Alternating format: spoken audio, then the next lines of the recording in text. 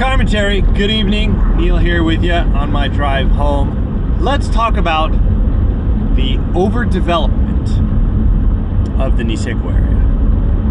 Kind of a heavy topic here today, but we got to cover this one every now and then. There's that word, overdevelopment, that gets thrown around occasionally, and I've started to hear it a whole lot more. There's another word called over-tourism, and I've started to hear that one occasionally too. So what's going on here? Basically, Niseko is now one of the top, sort of tourist magnets in the ski world, even globally now. It's kind of right up there with the Whistlers and the Chamonix and the Aspens. But at heart, Niseko, until very recently, was a very small, poor little ski town. It had its first heyday during the economic bubble era of Japan in maybe the late 80s and into the early 90s.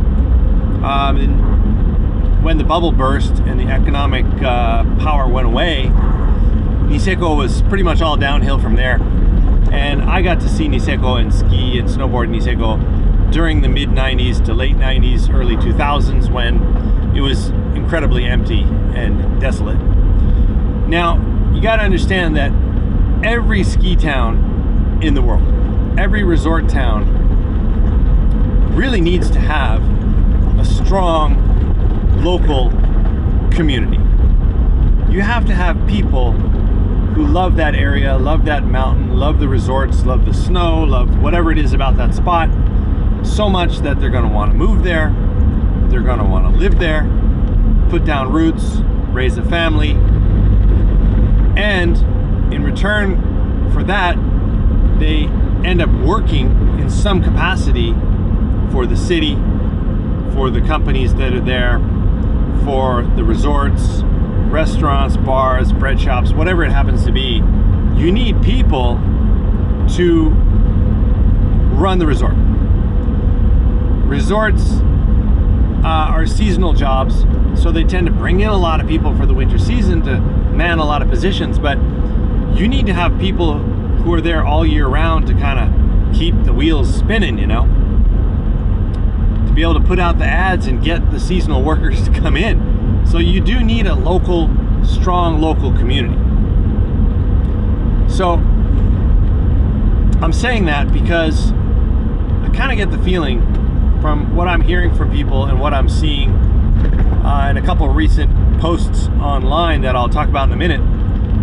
The local community was kind of hanging in there pretty tough the last few years. Really, during the pandemic, they had 3 years of basically no one around. It was good times. And now everyone is back. It's crowded again.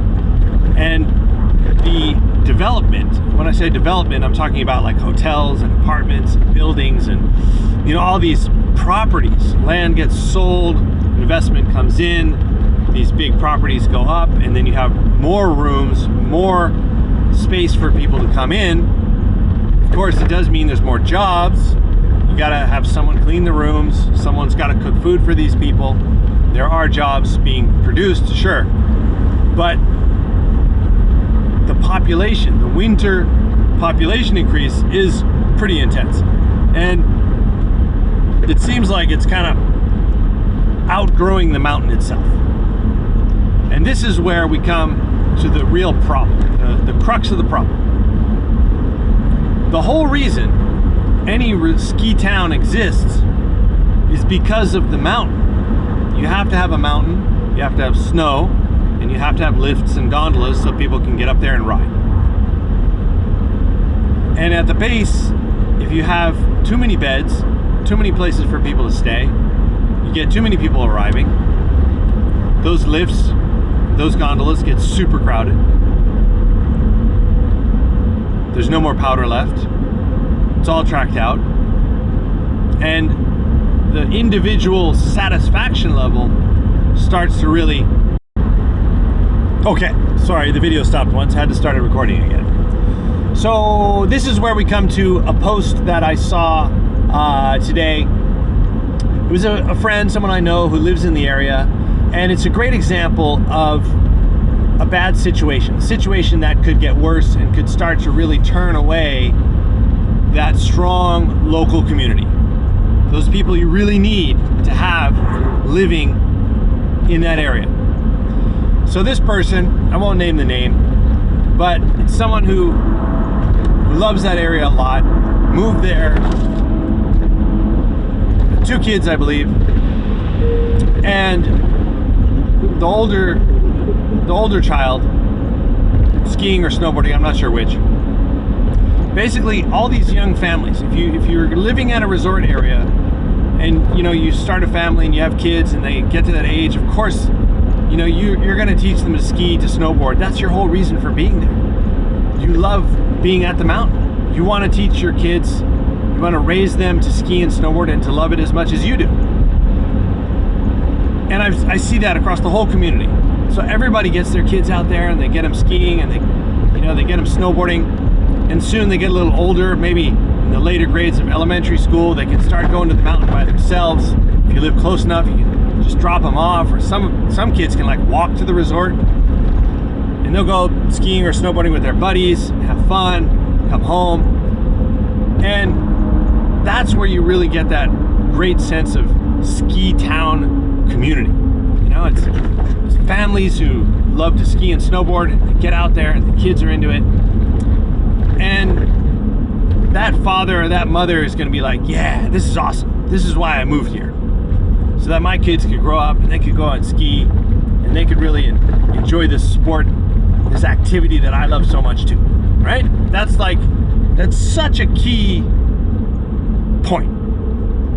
And so what this friend of mine was talking about is that he took his kid, dropped him off, and after one run, this kid called him up and was like, I don't want to ski anymore. I want to go home. And he's like, why? He's like, it's just so crowded. I have to stand in line for so long. It's just not fun. I just don't want to do it. And, even though that wasn't me having the experience, just reading that, I was like, yeah, that's not cool. You set up your whole life to be in that spot, The whole reason you moved there, maybe you open a business, you're paying a loan on a house, whatever you got going on. You did all this stuff to be in that position, to enjoy that activity. And then your daughter or your son or your friend or whatever says, this is bullshit, man. I don't even want to do this anymore. This sucks. I just want to go home and watch TV or play a game. Oh no. That's a bummer. So this is a tricky situation. This is what happens when a mountain becomes overpopulated, overdeveloped, just too many people at one time, overly saturated, and suddenly, it's going to affect the little ones first, right? The adults, people like me, maybe it's crowded, but we've got experience, we're stronger, we can get up to the front of the line, we know how to deal with the crowds. But little elementary kids, or it's not as easy. It's going to be harder, and they're the first ones to be affected by stuff like that. Another thing is just the general danger, especially on the lower courses where there's so many beginners. A lot of beginners. December was wild. Apparently you could not even ride across the course. There were so many people on the lower level courses at some of the mountains in Niseko.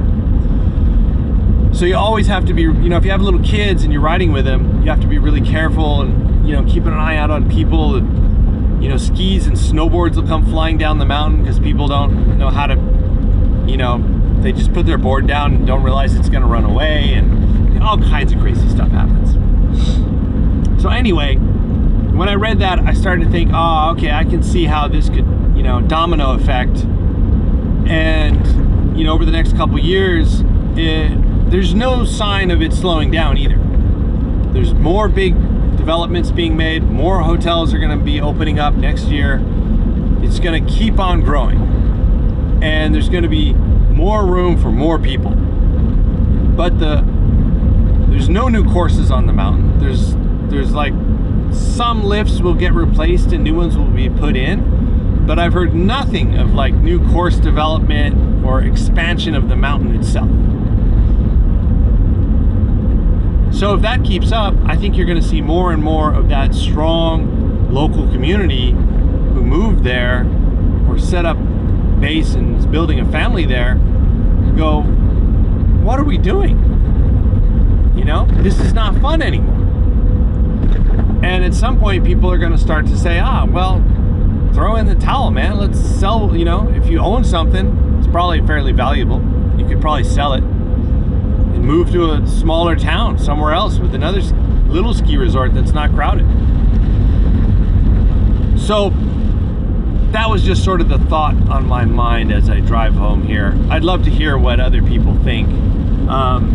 When I've talked about subjects like this in the past, I've gotten some good comments and interesting opinions from people. I'd love to hear more.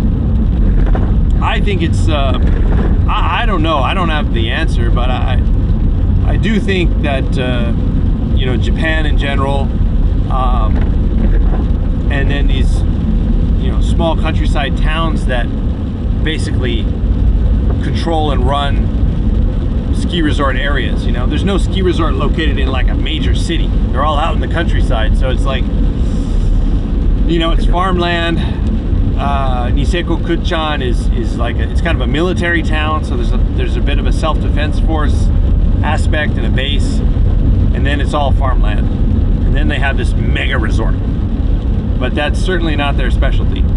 So the government there, you know, maybe never really thought it through, never really understood that they needed to kind of control the development or clamp down on it, let it build slower, you know, who knows?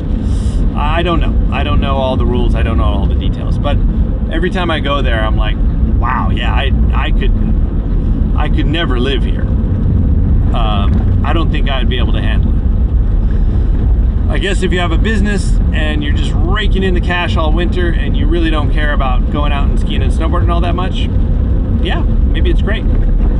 But I do think the glue that holds these resort towns together are those people who love it so much that they move there, they build their life there, and they want to spend the rest of their lives there. That's an important fact. Okay, I think that's about all I got. Let me know what you think. Always appreciate the comments. Okay, drive safe, everybody.